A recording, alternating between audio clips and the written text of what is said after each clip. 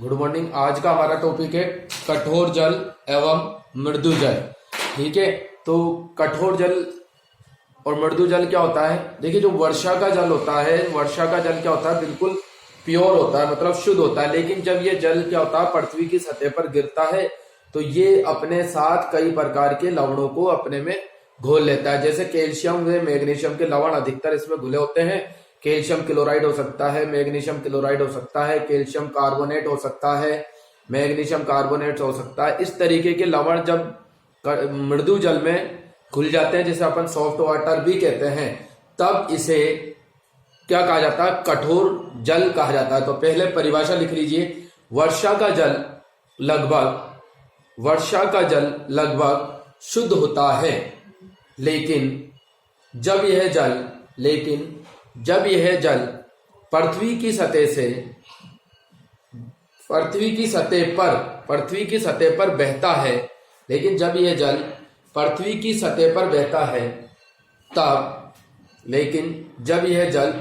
सतह पर बहता है तब यह जल कई प्रकार के लवणों को अपने में घोल लेता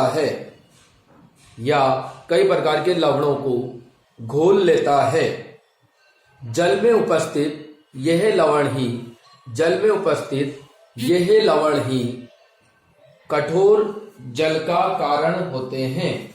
जल में उपस्थित यह लवण ही कठोर जल का कारण होते हैं। जल में उपस्थित यह लवण ही कठोर जल का क्या होते हैं, बताइए? कारण होते हैं। ठीक है, लिखिए। कठोर जल साबुन के साथ आसानी से झाग नहीं देता है। कठोर जल साबुन के साथ आसानी से झाग नहीं देता है। ठीक है, कठोर जल को यदि साबुन के साथ यूज में लें तो वो आसानी से क्या नहीं देगा? झाग नहीं देगा। क्यों? क्योंकि उसमें कैल्शियम व मैग्नीशियम के लवण पाए जाते हैं। विलेयशील कैल्शियम व मैग्नीशियम के लवण से मुक्त जल को विलेयशील कैल्शियम व मैग्नीशियम के लवण से मुक्त जल को मृदु जल कहते हैं। मुक्त जल को क्या कहते हैं? मृदु जल कहते हैं। और जो मृदु जल होता है, मृदु जल साबुन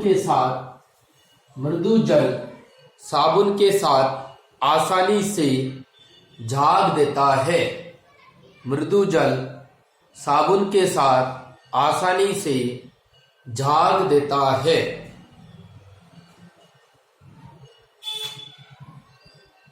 नेक्स्ट लाइन में लिखिए। कठोर जल साबुन के साथ झाग नहीं देता है क्योंकि कठोर जल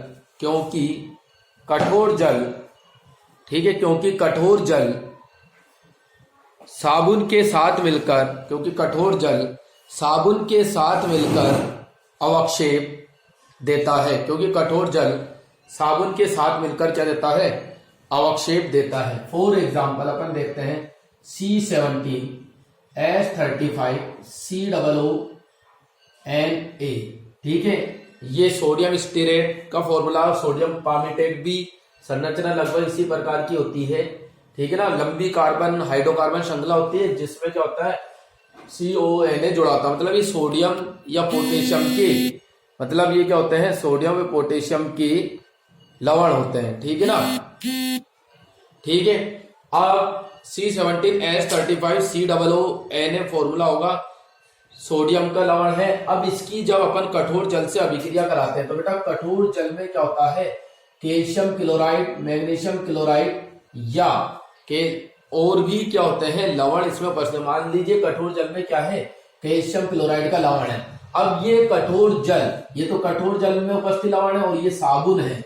ठीक है, जब ये कठोर जल को अपन साबुन के साथ यूज में लेते हैं तब क्या होता है? देखिए, ये अभिक्रिया करेगा, आपको पता ही है Na प्लस और Cl माइनस क्या बना लेगा बेटा, NaCl। एक तो NaCl बनेगा प्लस ये कैल्शियम और C17H35COONA मतलब कैल्शियम का एसीटेट बनेगा। और अपन इसे कैसे लिख सकते हैं बेटा, देखिए C17H35COO का होल ट्वाइस सी है। होल ट्वाइस क्या है, कैल्शियम की वैलेंसी 2 है और यहां बैलेंस करने के लिए अपन यहां 2 लगा देते हैं और यहां भी 2 लगा देते हैं। तो ये जो लवण बन रहा है, ठीक है, इसकी वजह से साबुन जो है कठोर जल में झाग नहीं देता है। ठीक है, कठोर जल, आगे लिखिए, कठोर जल धुलाई के लिए उपयुक्त नहीं होता है। कठोर जल धुलाई के लिए उपयुक्त नहीं होता है। आगे लिखिए, कठोर जल धुलाई के लिए उपयुक्त नहीं होता है। ठीक है, और नेक्स्ट पैराग्राफ में लिखिए, जल की कठोरता निम्न 2 प्रकार की होती है। जल की कठोरता निम्न 2 प्रकार की होती है। जल की कठोरता निम्न 2 प्रकार की होती है। पहला है जल की कठोरता निम्न 2 प्रकार, पहला है अस्थायी कठोरता, अस्थायी कठोरता, और दूसरा है स्थायी कठोरता। अस्थायी कठोरता और दूसरा क्या है, स्थायी कठोरता। तो जो अस्थायी कठोरता होती है वो क्या होती है, आसानी से अपन उसे दूर कर सकते हैं, और स्थायी जो कठोरता होती है उसे आसानी से दूर नहीं कर सकते। अस्थायी कठोरता जो होती है वो कैल्शियम व मैग्नीशियम के कार्बोनेट या बाइकार्बोनेट के कारण उत्पन्न होती है, और जो स्थायी कठोरता होती है वो क्लोराइड सल्फेट के कारण उत्पन्न होती है। तो पहला लिखिए अस्थायी कठोरता। देखो, जल में उपस्थित, ठीक है, जल में उपस्थित कैल्शियम तथा मैग्नीशियम के हाइड्रोजन कार्बोनेट के कारण, कैल्शियम व मैग्नीशियम के हाइड्रोजन कार्बोनेट के कारण जल में उपस्थित कैल्शियम व मैग्नीशियम के हाइड्रोजन कार्बोनेट के कारण उपस्थित कठोरता अस्थायी कठोरता कहलाती है। उपस्थित कठोरता अस्थायी कठोरता कहलाती है। अस्थायी कठोरता कहलाती है। इसे हम दो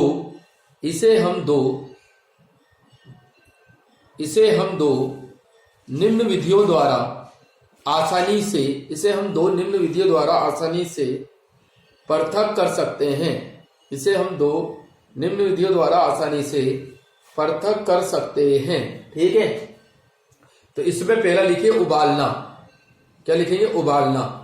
तो लिखिए, जल में उपस्थित कैल्शियम तथा मैग्नीशियम के, जल में उपस्थित कैल्शियम तथा मैग्नीशियम की हाइड्रोजन कार्बोनेट के कारण, जल में उपस्थित कैल्शियम व मैग्नीशियम की हाइड्रोजन कार्बोनेट के कारण, जल में उपस्थित कैल्शियम व मैग्नीशियम की हाइड्रोजन कार्बोनेट के कारण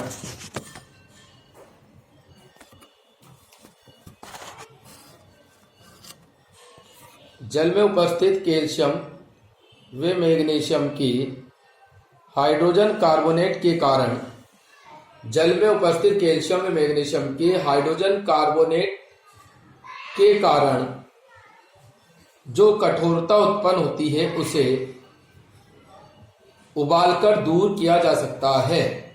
उसे उबालकर दूर किया जा सकता है। देखिए, जल में उपस्थित कैल्शियम व मैग्नीशियम के हाइड्रोजन कार्बोनेट के कारण जो कठोरता उत्पन्न होती है उसे उबालकर दूर किया जा सकता है।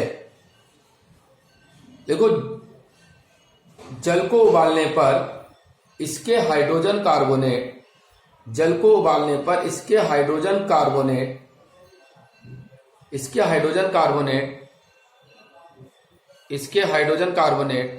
कार्बोनेट या हाइड्रोक्साइड में बदल जाते हैं। कार्बोनेट या हाइड्रोक्साइड में बदल जाते हैं। ठीक है, लिखिए, जैसे magnesium hydrogen carbonate magnesium hydroxide में, magnesium hydrogen carbonate, magnesium hydroxide में, जैसे मैग्नीशियम हाइड्रोजन कार्बोनेट का ये फॉर्मूला होगा, और इसे जब अपन उबालेंगे, हीट करेंगे, तो ये मैग्नीशियम हाइड्रोक्साइड और क्या बना लेगा, CO2 बना लेगा। ठीक है, तो 3 2 जा 6 ऑक्सीजन है, तो अपन यहां क्या कर सकते हैं, 2 2 जा 4। ठीक है, और हाइड्रोजन 2 है, मैग्नीशियम 1 है। तो ये मैग्नीशियम की जो अशुद्धि होगी, ठीक है, मैग्नीशियम की जो अशुद्धि होगी, मतलब हाइड्रोजन कार्बोनेट की जो अशुद्धि होगी मैग्नीशियम की, वो अपन क्या कर सकते हैं, जल को उबालकर आसानी से दूर कर सकते हैं। ठीक है, अब नेक्स्ट क्या है, जैसे कैल्शियम की अशुद्धि हुई, मान लीजिए कैल्शियम हाइड्रोजन कार्बोनेट, इसकी जगह अपन ने लिया कैल्शियम हाइड्रोजन कार्बोनेट, तो इसे उबालने पर यह आसानी से कैल्शियम कार्बोनेट में H2O में और किस में बदल जाता है, CO2 में बदल जाता है। H2O और किस में बदल जाता है, CO2 में बदल जाता है। ठीक है, तो ये जो अशुद्धि है वो उबालने पर आसानी से क्या हो जाती है, पृथक हो जाती है। ठीक है, अब अपन को क्या लिखना है, दूसरी विधि का लिखना है। समझ में आ गया, मैग्नीशियम का हाइड्रोजन कार्बोनेट है, कैल्शियम का हाइड्रोजन कार्बोनेट है, इसे उबालेंगे तो मैग्नीशियम हाइड्रोक्साइड कैल्शियम हाइड्रोक्साइड बनेगा, और मैग्नीशियम हाइड्रोक्साइड बनेगा और कैल्शियम कार्बोनेट बनेगा, और उबालकर हम इन अशुद्धि को दूर कर सकते हैं। ठीक है, अब देखिए नेक्स्ट जो है वो है क्लार्क विधि। क्लार्क विधि लिखिए, सेकंड विधि है जल की अस्थायी कठोरता को दूर करने के लिए। ठीक है, इससे लिख लीजिए, हाँ, और क्लार्क विधि हेडिंग डाल के लिखिए, क्लार्क विधि। ठीक है बेटा, ये तो उबालना था, ये दूसरी विधि है क्लार्क विधि। क्लार्क विधि, ठीक है, इसमें लिखिए क्लार्क विधि में, इस विधि के अंतर्गत भुजे चूने को, इस विधि के अंतर्गत भुजे चूने को कठोर जल में मिला दिया जाता है। इस विधि के अंतर्गत भुजे चूने को कठोर जल में मिला दिया जाता है। इस विधि के अंतर्गत कठोर जल में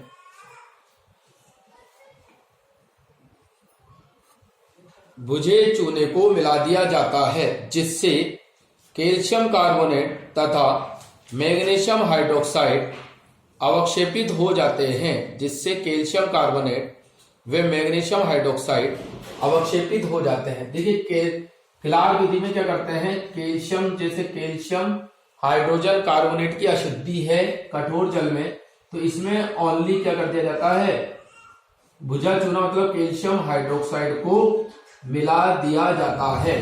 ठीक है, कैल्शियम हाइड्रोक्साइड को मिला दिया जाता है। तो ये कैल्शियम हाइड्रोक्साइड किसमें परिवर्तित हो जाता है, कैल्शियम कार्बोनेट में और जल में, कैल्शियम कार्बोनेट में और किसमें, जल में परिवर्तित हो जाता है। ठीक है, तो यहाँ क्या करेंगे अपन 2 लगा देंगे, यहाँ क्या लगा देंगे 2 लगा देंगे। ठीक है, आगे बात समझ में, तो कैल्शियम कार्बोनेट और जल का अणु बन जाएगा, तो ये आसानी से अवक्षेपित हो जाएगा, और ये जो जल है यहाँ, ये जल क्या हो जाएगा, मृदु जल के रूप में हमें प्राप्त होगा। इसी प्रकार मैग्नीशियम, इसी प्रकार क्या होगा, मैग्नीशियम हाइड्रोजन कार्बोनेट, इसी प्रकार मैग्नीशियम हाइड्रोजन कार्बोनेट लेंगे और उसे भी क्या, कैल्शियम हाइड्रोक्साइड के साथ अभिक्रिया करा देंगे। कैल्शियम हाइड्रोक्साइड के साथ इसकी क्या करा देंगे, अभिक्रिया अपन आसानी से करा देंगे। तो क्या बनेगा, देखिए कैल्शियम कार्बोनेट बनेगा, Ca प्लस में होता है, CO3 माइनस में होता है, और मैग्नीशियम का हाइड्रोक्साइड बन जाएगा, मैग्नीशियम का क्या बन जाएगा, हाइड्रोक्साइड, MgOH का होल ट्वाइस बनेगा। ठीक है, और वही 2H2O। तो इस प्रकार कठोर जल से आसान विधियों द्वारा हम इसकी कठोरता को निकाल सकते हैं। समझ में आ रही है बात, कठोर जल से क्या करेंगे अपन, इसकी कठोरता को आसानी से रिमूव कर सकते हैं। ठीक है, ये नोट कर लीजिए।